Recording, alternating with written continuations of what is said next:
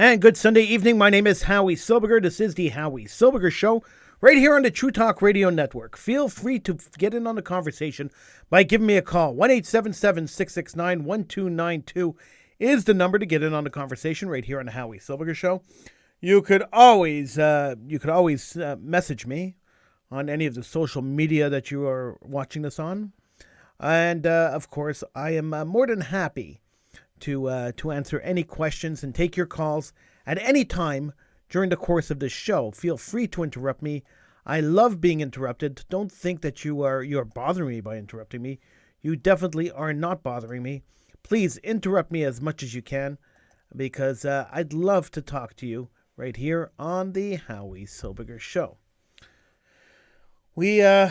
We are in a crisis in Canada. It is a massive crisis. It is a crisis that we haven't seen in a long time. And what is the crisis? Look, I'm all for law and order. I've always been all for law and order. I've never been the kind of guy who said, you know what, we should have anarchy. You know what, we shouldn't have law and order. We should just be able to do whatever we want. I'm not that kind of guy. I'm a law and order kind of guy.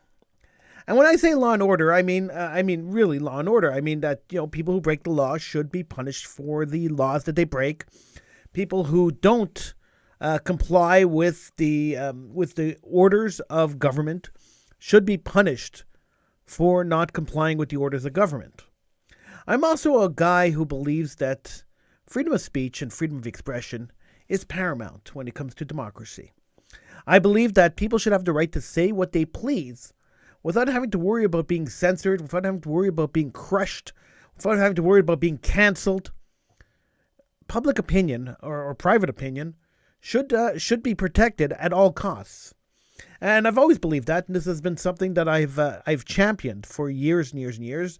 I've been on the radio for almost 3 decades now, and in the 3 decades I've been on the air, I've always championed the right to say what you please, to discuss whatever issue comes to your mind, whatever issue you want to discuss, and let the listeners decide what they will listen to and what they won't listen to, what they will take part in, what they won't take part in, and what they find appropriate and what they don't find appropriate.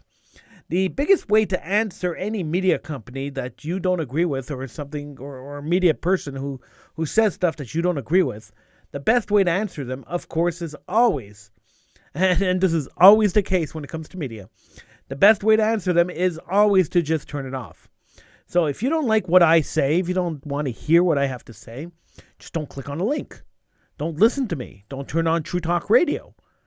Don't listen to the media platform that carries my show.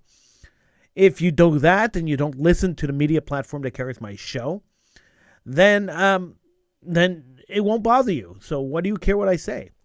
So people who want to hear what I have to say could listen in and could take part in the program. And people who don't want to hear what I have to say could just not. To me, it seems simple. But a lot of people have a hard time with this. A lot of people say, if you don't agree with me, then you can't have an opinion on your own. This is a lot of people believe that. And this is a problem. It's a problem when it comes to democracy. It's a problem when it comes to freedom of expression. It's a problem when it comes to a lot of things. Another thing I feel that you should be able to do at any given time is to protest against your government. I think that is paramount. Yes, a government could be elected, and yes, the draconian laws a government will pass against its population, its willing population, let me put it that way, are totally legal. Government could pass the laws and enforce the laws that they pass, and that is 100% purely legal. But people have the right to protest those. People have the right to get into the street. People have the right to stand up against their government. People have the right to speak out against their government without having the risk of being beaten down, without having the risk of being trampled by police horses or run over by police cars. People should have the right to protest. Now, sometimes civil disobedience is a very strong form of protest. So when you block off a street or an artery and to make a point, sometimes that is the best part of protesting. It's a method of protesting. Remember lock-ins, lockouts, sit-ins, and sit-outs, camping on the grounds of Parliament Hill, chaining yourself to a fence or chaining yourself to a tree, or chaining yourself to, or occupying an office of a politician. These are all legitimate forms of protest, as long as you don't push violence or commit violence or commit any egregious sin, the sin of trespassing, the sin of obstructing traffic or obstructing citizenships or disturbing people. This is all legitimate forms of protest, and they should not descend into a government sending the army or sending an army of police. Okay, so maybe it's not the military, but an army of police out to destroy the people who are protesting. People have a right to express their opinion. They have a right to be expressive, and they have the right to stand against the opinions of the government. That should be a fundamental right. It is a fundamental right in the Charter of Rights and Freedoms. But in this country, it's weird because the Charter of Rights and Freedoms don't really stand as a Charter of Rights and Freedoms. Provinces have the notwithstanding clause, which allows them to override the Charter of Rights and Freedoms, which gave us quite a few gems, stuff like Bill 101, which doesn't allow English people to go to English schools, or French people, as a matter of fact, to go to English schools. It allows Bill 21, which doesn't allow people who wear religious symbols to hold any government post or teaching post. It's draconian. But it exists in this country. So the Charter of Rights and Freedom is basically a suggestion in this country. It's not really at all a protection of civil liberties. And we see that again with the Liberal government of Justin Trudeau deciding that a bunch of protesters standing in front of Parliament Hill who have been relatively peaceful. And when I say relatively peaceful, I'm doing a comparison of the truckers on Parliament Hill or in front of Parliament Hill on Wellington Street in Ottawa, compared to let's say the BLM protesters of last year, who burned down cities across North America. The truckers have been more than peaceful compared to the BLM protesters, which, by the way, the government of Pierre Trudeau supported, and therefore it didn't send their army of police in to crush and destroy them. So the truckers have been relatively peaceful, and to be met with violence and to be thrown out of their trucking, out of their protest by violence, is actually despicable. It is a despicable move by the government of Canada, and those politicians that are defending this move are supporting a draconian move by a government who is just trying to exert power to stifle opposition, to stifle the voices of people who oppose their policies. It's quite frightening if you think about it. Here we have a government who doesn't like when people speak out against them. Now think about, okay, so fine. They didn't want Wellington Street blocked off. They wanted the trucks gone. Fine, okay, I get it. So some business owners were complaining, and maybe there were a couple of rowdy people there who were harassing people. And there was one or two people there who were carrying some naughty flags, whatever. It doesn't bother me. There's always one or two quacks that show up to all these protests. That doesn't really concern me, although they made such a big deal about one guy walking around with a Confederate flag and one guy who had a Nazi flag, and that seemed to have been the big deal, and they painted everybody in the same broad strokes. It wasn't true. The one guy with a flag and the two guys with the flags that were offensive were thrown out of the area by the truckers because that's not what they stood for. But I digress. We'll forget about that. Although the MPs and continuously bring that up, that there was one guy with a flag that may have been offensive. Ooh. Don't you think we're being a little too sensitive? I think we are. I think the world has gotten way too sensitive. Think about this for a second. Why do we care if a guy's walking around with a Nazi flag? Why does it bother people so much to see a Nazi flag at a protest? I'm not saying that protests should have Nazi flags, but why does it bother people so much?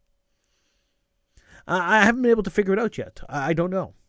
I am the descendant of Holocaust survivors. I've been on the March of the Living. I've visited the death camps. I understand the Holocaust pretty well. And I don't find it offensive at all. I find it disgusting. I don't think they should be carrying these flags. I don't think anybody should be espousing the venom of Nazism. But I don't think that the display of a Nazi flag really puts anybody in danger today. The organizers of whatever rally or whatever protest that these flags show up to should ask their security to get rid of these people, get them out, get the flags out of there. That I agree with. But the display of the flag doesn't really bother me all that much. I mean, I didn't understand the big problem with the Confederate flag being shown on the Dukes of Hazzard. A show that they took reruns off the air because the General Lee had a Confederate flag on its roof. Seems ridiculous to me. But I digress. That's not really what I want to talk about right now. By the way, if you want to get into the conversation, you can. Number to call, 1-877-669-1292 is the number to call. You can get in on the conversation. I'd be more than happy to talk to you about any of this. So that doesn't really bother me. And the people it bothers, the people who complain about it, the people who, especially the politicians who have been complaining about it, the ones from Montreal at least, are a little hypocritical.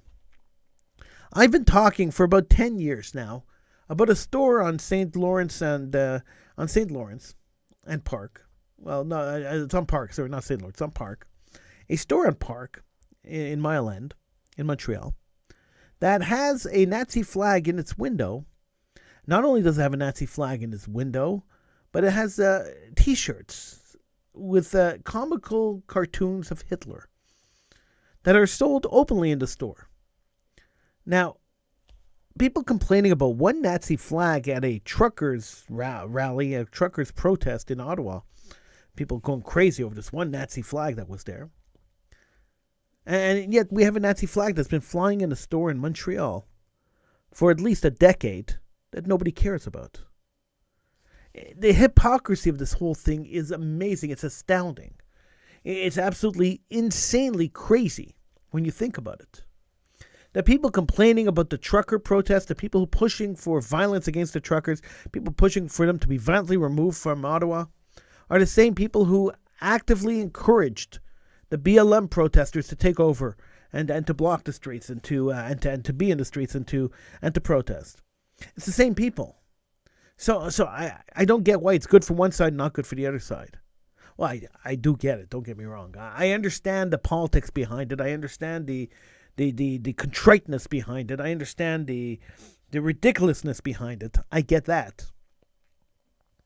But I don't understand why the population falls for it time and time again. That if it's a left-wing cause, if it's a cause that pretends to be pushing some kind of civil liberties, BLM really didn't do that. It was pushing more socialism than civil liberties. But if it's a cause that's pushing civil liberties, it's okay, whatever. As long as it's a left-wing cause. If it's a right-wing cause pushing civil liberties, nope. We must destroy them. We must crush them. We must get rid of them. Doesn't seem right to me. We live in Canada. And I understand that a lot of the things that I say on my show, a lot of Canadians don't agree with me. I get it. I understand it. And a lot of things the truckers say, a lot of Canadians don't agree with it. That's fine. Canada leans towards the left, and I understand that a lot of people lean towards the left. I have no issue with that either. That doesn't even bother me at all. What bothers me is the hypocrisy. What bothers me is the one-sidedness of these things. So here we have a group of truckers. They warned for months that they were driving from across the country to Ottawa, and they were going to camp out in front of Parliament Hill. It was no secret that they were coming. It was no secret what they planned to do. They were very open about it, and they were very open about the fact that they would not go to Parliament Hill if the Prime Minister would have spent some time talking to them. They wanted a timeline on when COVID restrictions would be removed. That's all they wanted. They wanted the Prime Minister to be honest with them. When will the government of Canada remove the COVID restrictions for truckers and for everyone else crossing the borders? It was a simple question that the government could have answered and averted this entire crisis. But the government decided to dig his heels in and not answer them and refuse to meet with them, refuse to send a delegation to meet with them, refuse anything. And then he said they held unacceptable views. What does that mean? What is unacceptable views? Views that you don't hold? I know for years I've been saying, and I've been saying it for years and years and years. The left wing, their view on life is, I have an idea, and if you don't agree with my idea, you're a fascist Nazi. And you must be shut down, destroyed, canceled, however you want to put it. That has been the left-wing philosophy for years and years and years and years. And nothing has changed. Nothing at all has changed. So the truckers came with a criticism of the government, a disagreement on policy, a disagreement on how the government is handling the COVID crisis. And because they disagreed with the government and the left-wing government's point of view, suddenly these truckers became Nazis, misogynists, racists. You name it, it was thrown at them. They suddenly became the dregs of society, where just 2 months ago they were hailed as the heroes of society because they were working during COVID, bringing us food and delivering our goods. But now they're the dreads of society. Oh my gosh, look at these truckers. A bunch of inbred hillbillies who have no idea what they're doing. And they arrived in Ottawa demanding all sorts of hillbilly stuff that the government just couldn't accept.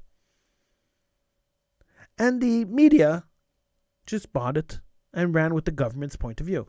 Now, many people have asked me, because I'm a media critic, I've been a media critic for years, many people have asked me, why did the media buy into this? What does the media have to do with the government, and why is the media so compliant with the government's point of view?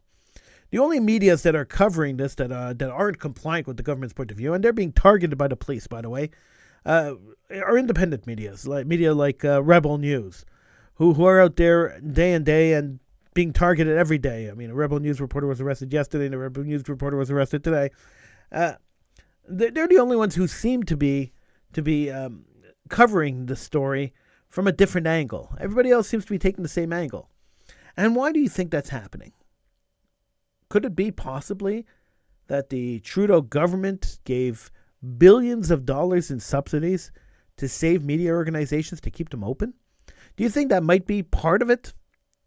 That Bell, who owns most radio media in the city, in the country actually, got billions of dollars in subsidies to keep their radio stations running. Southern Press, or whatever they call themselves now, Post Media, they got billions of dollars. Everybody got hundreds of thousands and millions of dollars to keep their medias running from the Trudeau government. Do you think that they're not afraid of retribution if they speak against the government? Especially in something like this? I think that is the key to why the media is being so compliant and toting the party line. It all comes down to the bottom line, right? It's always down to the money. If the government is giving you money, then they don't want to rock the boat and shake up the government and tell the government to, what they really think. And if they do it very politely. I don't know if you've noticed that. They do it very politely. Well, I tell you that this radio station, this station, True Talk Radio, gets zero money from the government. This is totally privately funded radio. And because it is totally privately funded, I am free to say what I please. And as loudly and as forcefully as I want to say it. Now, I was asked today, when I mentioned to a few people I was going to do a show tonight, I was asked during the day that if I was somehow afraid to get on to my show and to express my real opinion on how I feel the Trudeau government has been handling this. And I answered, no, I'm not. And they said, well, anybody who's supporting the truckers, anybody who comes out with an opinion that supports the truckers, is being attacked by the government. Their bank accounts are being frozen. Their licenses are being revoked. The government is going after them. Are you afraid the government's going to come after you for expressing an opinion? I'm not afraid of that at all. I'm not afraid of that at all. I believe that we have the right to express our opinions in Canada. Now, sure, there is an Emergencies Act that's in force right now.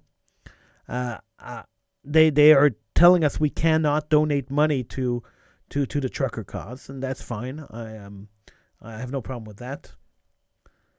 But at the same time, I am not going to be stifled, and I'm not going to stop talking about how I feel and what I think when it comes to politics. And whoever doesn't like it, too damn bad. That's the way I look at it. I really don't care who doesn't like it. As I said at the top of the show, if you don't like what I say, it's no problem. Just don't click on the link. It's as simple as that. Life is good. Now, we know that this Trudeau got the idea for this Measures Act from his father, Pierre Trudeau. And we know that Pierre Trudeau probably wouldn't have invoked the War Measures Act for a bunch of truckers that are protesting. He probably would have gone out and met with them. Like most normal people would have, by the way.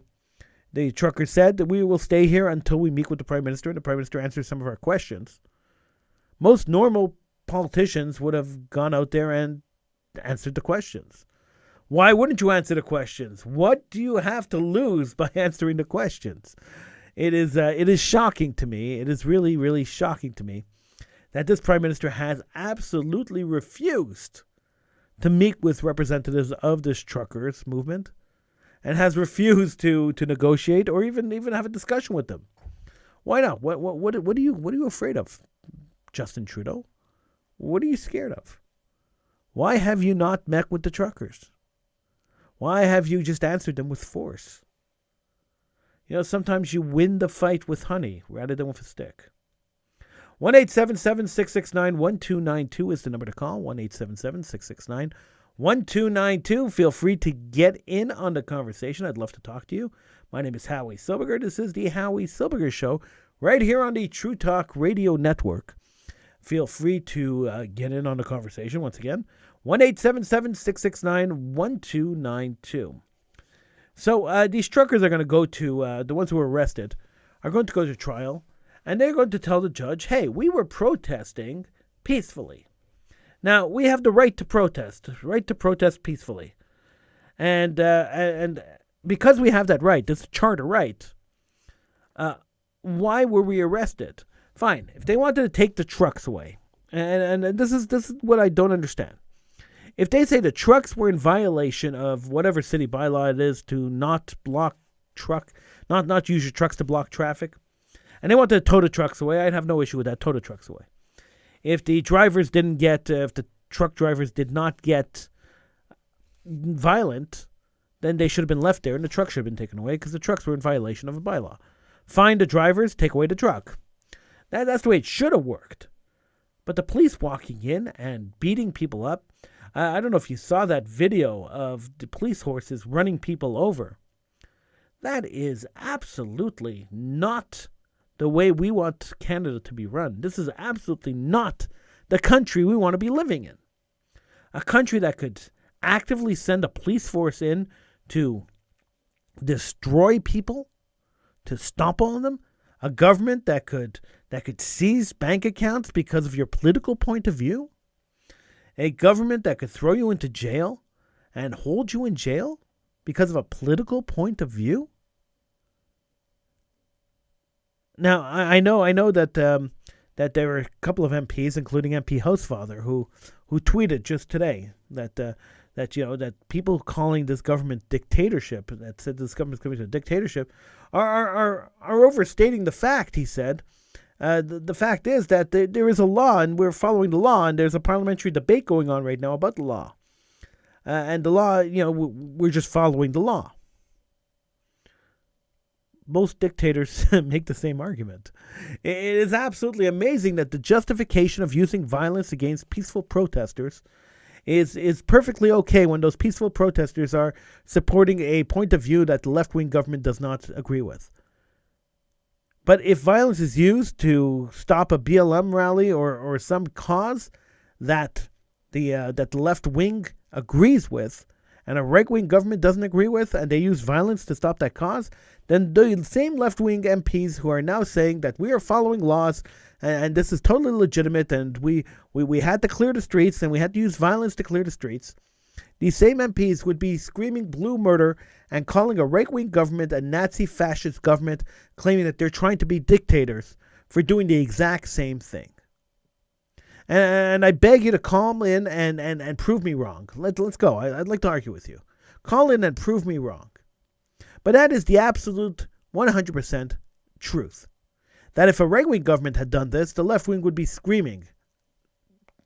If a right-wing government had done this during the BLM protests, where 10,000 people were blocking the streets and people couldn't move around, the streets were all closed, people couldn't move around, and they were out there day in and day out, or the student protest of 10 years ago where the students were running around banging pots and pans, if a government would have sent in the troops to go and beat up those students and arrest them and take away their pots and pans, the left wing would have been screaming.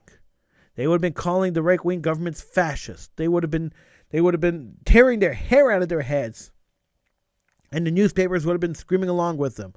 Look at the fascist right-wing government. Look what they're doing to peaceful protesters. But we're not hearing those protests now, are we?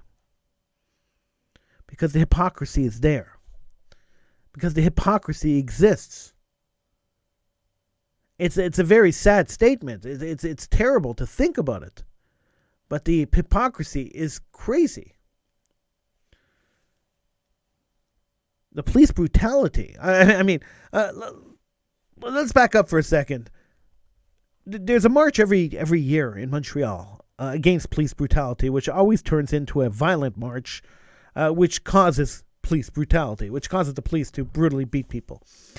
Because the people are brutally beating the police, so the police, fight back. And that happens every year. And there's always condemnations. The left go crazy. Oh my gosh, look.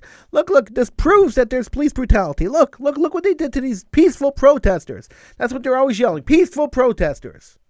Remember when the BLM riots were happening in the States and they were burning down cities coast to coast. Remember that? Last summer, 2 summers ago. Remember that? BLM was burning down cities coast to coast.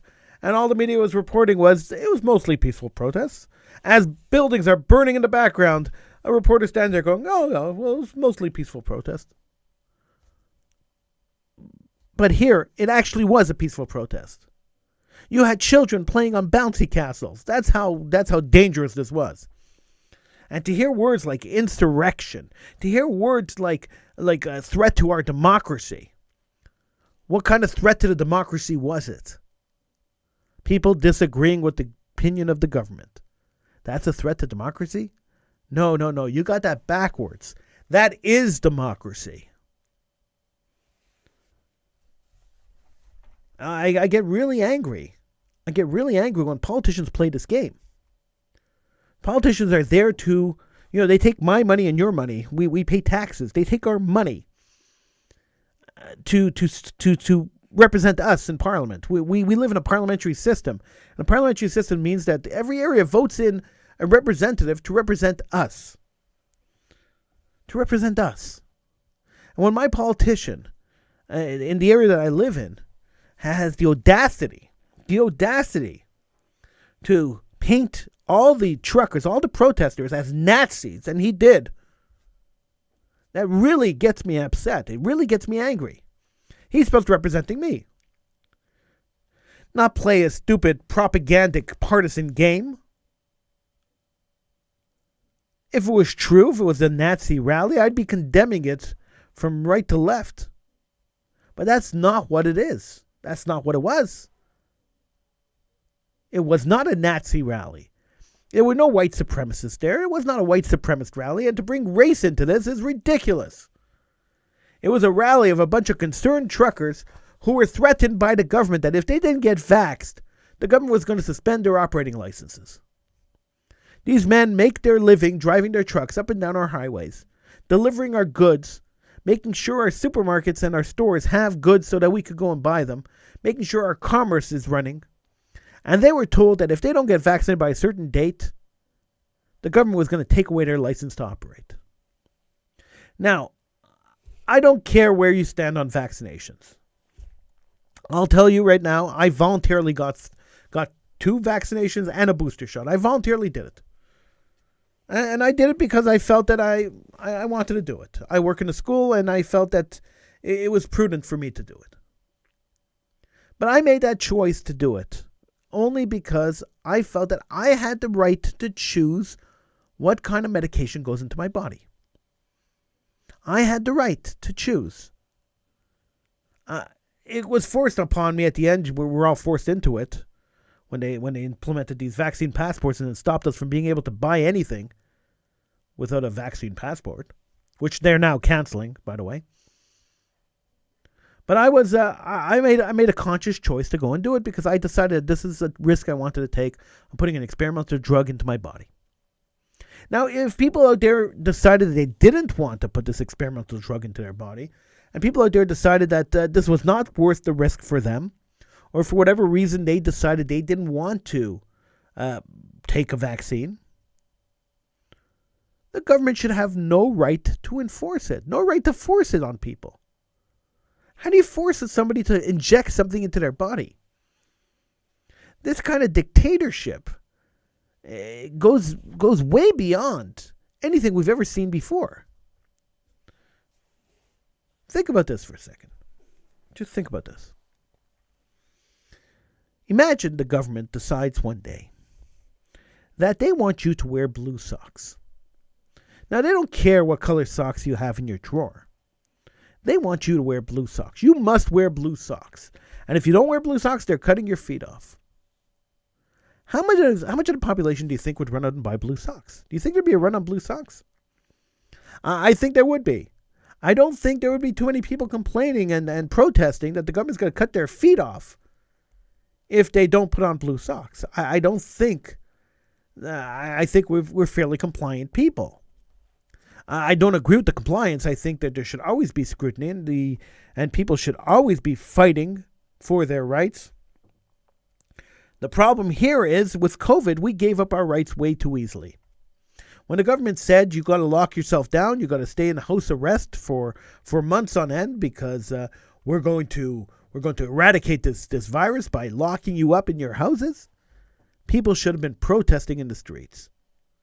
When the government said that you can't mix and mingle with your friends, that you can't open your store, that you can't go to a restaurant, you can't go to a supermarket, you can't do anything, you must be locked up as if you were a criminal, there should have been protests. Tens of thousands of people should have been flooding the streets. But with the compliance of the media, and I'll say the government-funded media, the compliance of the government-funded media, the population was scared to a point where groupthink took over.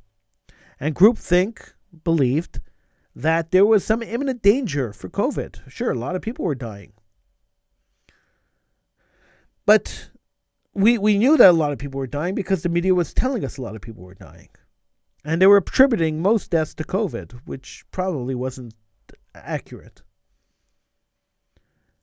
Notice, the media doesn't tell us how many people die of car accidents every day.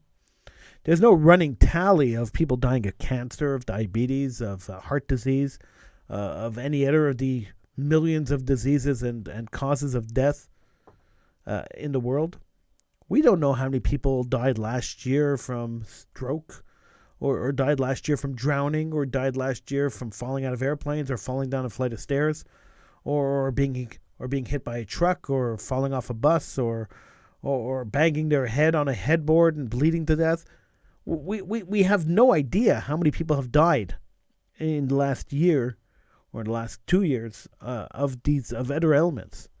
What we do know is how many people have died of COVID, or allegedly died of COVID. And I say allegedly because much of the count of COVID was faked. You got to remember, in the States especially, the hospitals are private.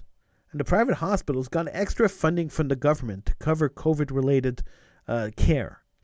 So if you came in with a broken leg or you came in with 5 bullet holes in your chest and they tested you and you tested positive for COVID, then you were basically dead of COVID. The 5 bullet holes in your chest didn't count. They marked you died of COVID because they got funding for that. And that's where most of the numbers of COVID came from, especially in the States.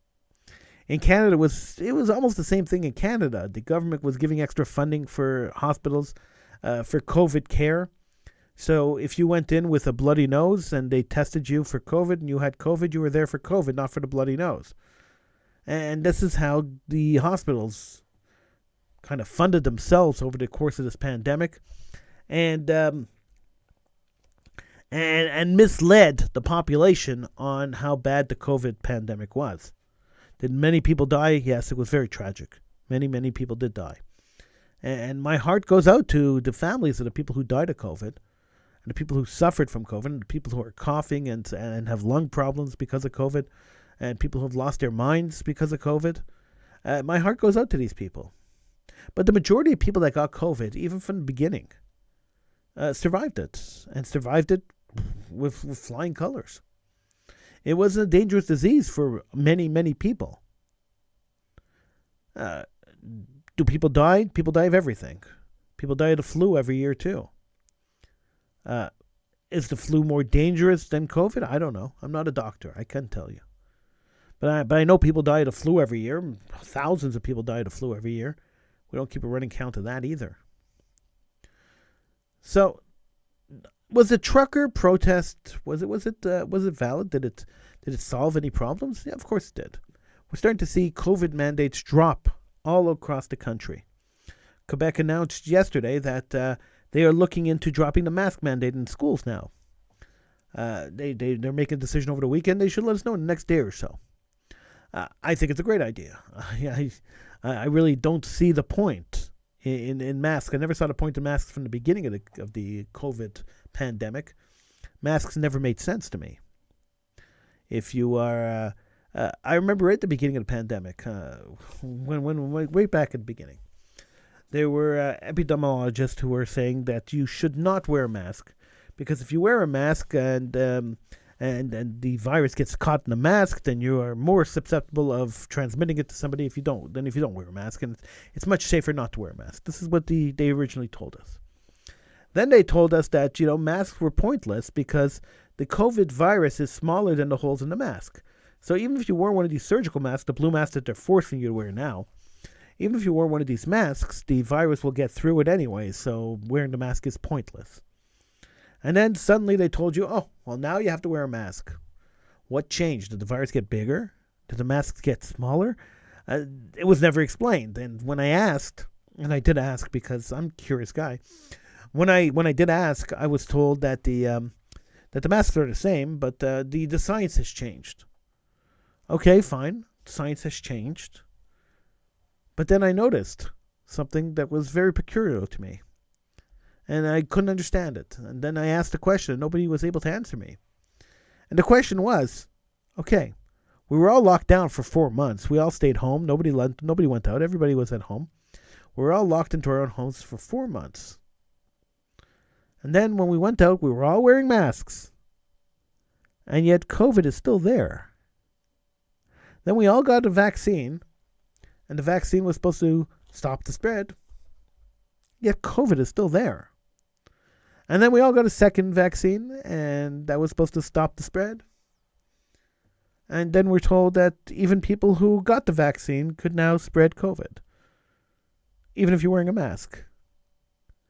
So then why am I wearing a mask and why am I getting vaccines?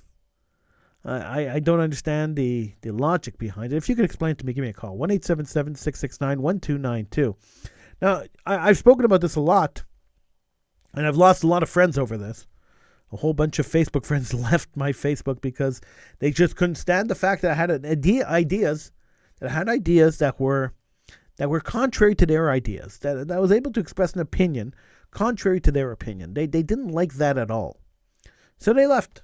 They decide to unfriend me. That's fine. I mean, nobody's forcing you to be my friend.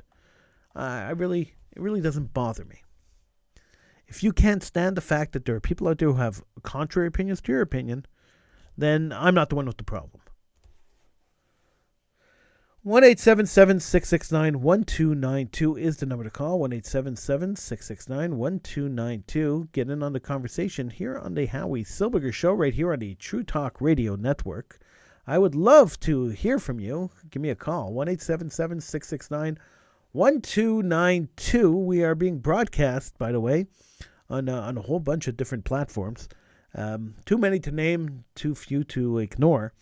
A whole bunch of different platforms, and as long as they want to broadcast us, we will continue being broadcast on these platforms.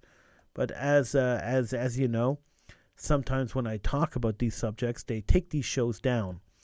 I had that problem with YouTube. Last time I spoke about masks and COVID mandates, YouTube yanked the show right off the air, and then Facebook took it down just a couple of days after that. So it is a little frustrating that when you express a point of view, and I repeat over and over again, I'm not a doctor. I'm just expressing my opinion. I have no medical training whatsoever, nor do I have any idea of how viruses work. I'm just expressing my opinion, my observations, which I think that I'm entitled to do. That they just pulled the show off the air. So if this show disappears, don't be surprised. I won't be surprised. It happens all the time. Alan says in the comments, Alan says that cigarettes are still legal and taxable. So yeah, that's a good point, Alan. Here we have a situation where we are being forced to get vaccinated, and we're being fired from our jobs for expressing opinions that don't comply with the government mandated opinion, with the government ordered opinion. And if you disagree with the government ordered opinion, the government will go and freeze your bank account. Not only that, the government will also arrest you. They'll break your windows and pull you out of your truck because you disagree with them, and so yeah.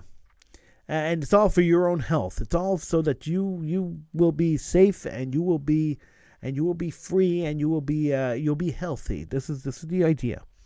But cigarettes and marijuana and alcohol were all put on the essentials list when they closed down all non-essential businesses, because the government really cared about your health. We don't want you to catch COVID, but cancer is okay, and liver disease is okay, and cirrhosis of the liver, that's fine. And alcohol poisoning is good too, as long as you don't catch COVID. So that was the thing. That was their idea. Their idea was that you want to kill yourself in any other way, go jump off a bridge. We have no problem with that, as long as you don't catch COVID, because COVID is the big killer. And if you jumped off a bridge and you had COVID, you'd die of COVID anyway. So it doesn't really matter to us, as long as we could boost those COVID numbers to keep scaring the population into submission. Then we're all good. Why does the government want to scare the population into submission? Somebody asked. Oh, that's a great question. Why does the government want to scare people into submission? It is actually one of my favorite questions, and a question that I'd love to talk about right now. Actually, that's where we're getting to in the show. 1-877-669-1292. By the way, if you want to get in on the conversation. The government wants to scare you into submission for two simple reasons. There's only two reasons why the government would want to do that. Number one, the Prime Minister of Canada was very clear when he said that he was going to use this pandemic to create a national reset. He wanted to create a reset. He doesn't like the way the world is running, the Prime Minister. So he wants to create a reset. He said that by creating a reset, we could reset the world. And we could reset the world. What does that mean, reset the world? Well, it means that the way the world works economically, and the way the world works militarily, and the way the governments work have to be reset. It just has to, it's just no good anymore. It was good at one time, but now it's not good anymore. And so this is what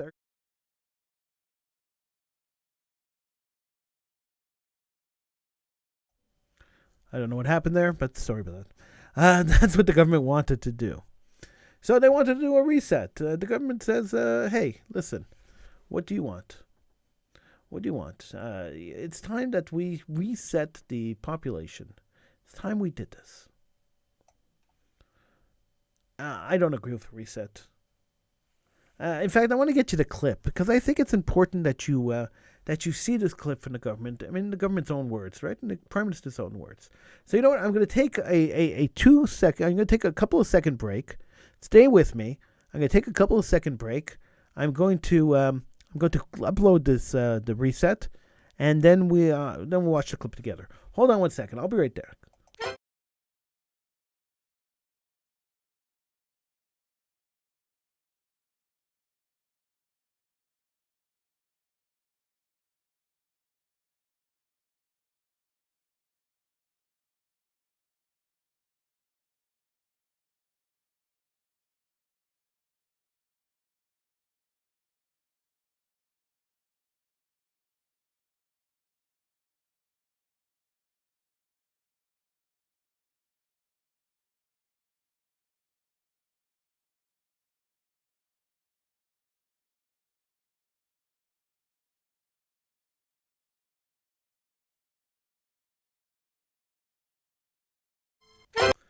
All right. Thank you for sticking around. Thank you for holding. I'm Howie Silbiger. It's the Howie Silbiger Show.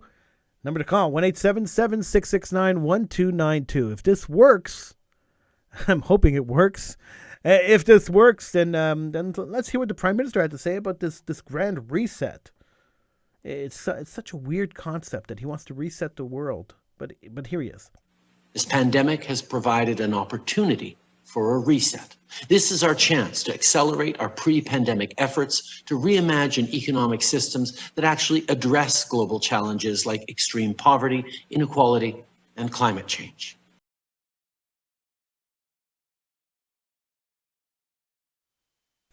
Okay, I'm not sure that worked, but basically what he said was that he wanted to that he wanted to use the pandemic as an idea as the catalyst to reset the economy, to reset the way the countries run, to reset the world. Essentially, let's bring in socialism. That's really what he was saying. 1-877-669-1292. It's quite scary. If you ask me, it's actually quite scary that we are living in a time where this is happening, where we're having a government that not only wants to be a dictatorship, they're not only going after being dictators, but they feel that the way the world is running, the way we live, is not good enough for them. Canada was not good enough for them. And this is what's scary to me. It's very scary when you think that a prime minister of a country is telling you that he hates the country that he's living in. And he wants to change it. And the way he could change it, the only way he's able to change it, is to exploit a pandemic, to exploit a health emergency. And that's the only way he could change it. By pushing people into submission, by taking our civil liberties away, by forcing us into some kind of catatonic state where we won't fight back and where he could be in full control. Now, if you don't believe me, take a look what's happened. At the beginning of the pandemic, the government stopped us from traveling. They forced us into our homes. They forced us to get vaccines. They forced us to not educate our children, to keep our children home. They forced us to get a second vaccine, to get a booster shot. They forced us to get tests when we were going to come in and out of the country, to get health tests. I don't have to test for any other disease. I could be walking around with typhoid. I could be walking around with the bubonic plague. And I could get into the country and get out of the country as easily as I want. But if I have COVID, I have to quarantine. they're forcing us to do stuff that we don't want to do, giving up our rights. And the more we give up, and the easier the easy time the government has in forcing us to give up our rights, only emboldens the government. It only allows the government to believe that they have full control of us. It reminds me of the Rolling Stones song, Under My Thumb. We are under their thumb. They have full control over us. And the more we give them, the more they take. And if we believe that a government is going to take control and going to do it temporarily, then we are very naive people. The second you give up your civil liberties voluntarily, it is extremely, extremely difficult to get them back. And then when you protest and say you want them back, you run into a government who says, hey, wait a second, we have the power. We have the power. And we're going to express it by invoking an emergency act where we could take our horses, our horse-mounted police, and we could run over people and then justify it by saying that we are just following the law. We could, I don't know what's next. We could take people, line them up against the wall and shoot them. And then justify it by saying we're following the law. They were non-compliant. They had unacceptable views. Therefore, we had to eliminate them. Think about how crazy this is, and think about where this is going. Let's go to the phones. Hello, welcome to the show. Hello? Yeah, hi, Howie. Hello, Fanny, how are you? I'm good. How are you? I am good. You're pissing me off, Howie. Good. I like pissing people off. I know you do. That's the saddest part. Yeah, I mean, come on. What is the government forcing us to do? By taking a vaccine, by wearing a mask, is trying to protect us and save us from dying. Really? That's what I think, yes. How are they protecting us from dying? People wearing masks and people taking the vaccine are dying anyway. People getting masks and people getting the vaccine are getting COVID anyway. So how is this protecting anybody? It seems like a fruitless waste of time. No. I think way many more people would have died, could have died. It's a horrible disease. It doesn't discriminate. And it's not equal to all. And, they're still learning about it, and they will continue to learn about it. Let me understand, Fanny. Fanny, let me understand something. So, quarantine in your house for 4 months, that's good. That'll stop the spread of the virus. But the virus didn't stop. Wear a mask. Not everybody was quarantined. Wear a mask. Wear a mask, the virus will stop. The virus didn't stop. Get a vaccine, the virus will stop. The virus didn't stop. Get a second vaccine, the virus will stop. Nope, that didn't happen. Get a third vaccine, the virus will stop. Well, how many more times, right? Come on, Fanny. Let's be realistic here. This is a virus that is going to be around for the rest of our lives. It's not going anywhere. Well, I hope you're wrong with regard to that, because it's really messing up, my social life. I don't like it. Well, they're dropping all the regulations. So then the only thing that's to stop you from having a social life or doing anything is your own personal fear, which was instilled into you by the media anyway. Oh, I don't think it was the media. I have my own fears all by myself, Howie. I don't need help from anyone. All right, Fanny, do you walk around scared of the flu? Do you walk around scared of the common cold? Do you walk around scared of headboards that you might hit your head? Bob Saget died a couple of weeks ago. He got into a hotel room bed and banged his head on the headboard, and then he died of an internal head bleed. Are you afraid to get into bed because Bob Saget died of a head bleed from banging his head on the headboard? I just want to know how ridiculous this gets. That bang on the headboard, do we? I beg your pardon? We don't know what caused that bang on the headboard. Well, we don't know what caused the bang on the headboard, but does that scare you to get into bed? I mean, it could have just been that he slipped into bed and he banged his head. No. But this is something that is so unknown. There's still so much more to learn about it. So, yeah, the unknown is frightening. Yeah. I mean, I don't know when I'm going to die. I have no idea. Thank God I don't know. If I knew, it would be horrible. Really? It would be horrible. I don't know when I'm going to die. But I know that I could step out into the street tomorrow, try to cross the street and get hit by a bus. That's possible. The possibility's there, but it won't stop me from getting out there and walking across the street, right? Yeah. I hear you. I just think we need to be careful. Oh, and as far as Justin's concerned, man, he's blown the whole thing. Do you agree with the with this emergency mandate and what they've done in Ottawa? Do you agree with what happened there? You know what? I think he should have started it much earlier, and he should have gone out there and talked to them or sent somebody from his government out there to try and talk to these people and listen to them. You know, a simple conversation probably could have averted the whole thing. He waited too long. Yeah, a simple conversation probably could have averted the whole thing. It's actually really sad, the situation. It could have helped. Yeah. Fanny, thank you so much for calling. Appreciate My it. pleasure. Have a good night, Howie. You too. And put a mask on. Bye-bye. Bye. 1-877-669-1292. I don't agree with Fanny, and I'm not afraid to say it. I really believe that this was all blown way out of proportion, and that this was an excuse the government's used. COVID was an excuse the government's used in order to try to create this reset. More than one government. It wasn't only Trudeau that said that. Now, many people will disagree with me, and that's fine, because this is the point. This is why I have open lines. This is the point. The point is we live in a country where we should be able to express alternate points of view.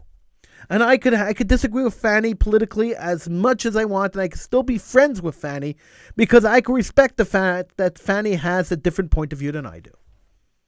And I could disagree with everybody, and everybody could disagree with me, and I could still be friends with you because I don't have to agree with everybody I know. And I want a government where I could disagree with the government, and the government's not going to send horses to go and run me over. Let's go back to the phones. Hi, who's this? Hi, Howie. It's Alan. How are you? I'm good. How are you, Alan? Good. I was thinking about what you were mentioning about Bob Saget and what Fanny said that we should protect ourselves, and the government has said that we need to wear masks because they're concerned about our health. So maybe we should all walk around with helmets too, in case we all bang our heads too. I was thinking of hazmat suits. I think we should all walk around with hazmat suits. We all walk around with hazmat suits, and and that will be great. And you know what, Alan? If we all put on hazmat suits and we all walked around with hazmat suits and oxygen tanks, there would still be some people saying that's not enough. Oh, well then, should all go into space then? Well, you know, the science said. I mean, if you want to follow the science, science said that COVID isn't passed by touching objects. Yet you still walk into a supermarket and they're still wiping off shopping carts. Why? It's gone out of proportion. Myself at the beginning, I was concerned too, and afterwards, as we saw how COVID progressed, we realized that this was becoming more and more the same thing as the flu. Yeah. And another thing is the number one killer is cardiovascular disease, and why isn't the government stopping us from eating junk food or greasy foods? Why don't they tell us that we cannot eat that or we go to jail? Well, they did that in New York. They banned sugary drinks in New York City and Manhattan. Oh, they did. And there was a huge outcry, and they had to reverse the thing. But in New York State, McDonald's is not allowed to supersize stuff. It's against the law. That's a start, but it's just that everything is all focused with all the possibilities of diseases and deaths and everything that could happen. Everybody seems to be more focused on COVID, and I think the government is not telling us something, and that's where I'm thinking. Well, I think they actually told us everything. We're just not paying attention. You heard that clip from Trudeau. The clip that he said, "Look, this is the excuse to start a new world order, right? So, we're going to do a major reset." Yeah. Okay, so it was.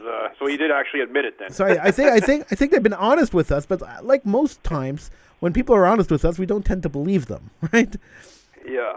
Well, you know what? That's what I thought too. I think there's something that wants to be changed through all the governments, and I guess, like you said, if Trudeau pretty much admitted it on his speech, then that's pretty much why, and that's what people have to realize, is that this is not really about protecting people's lives.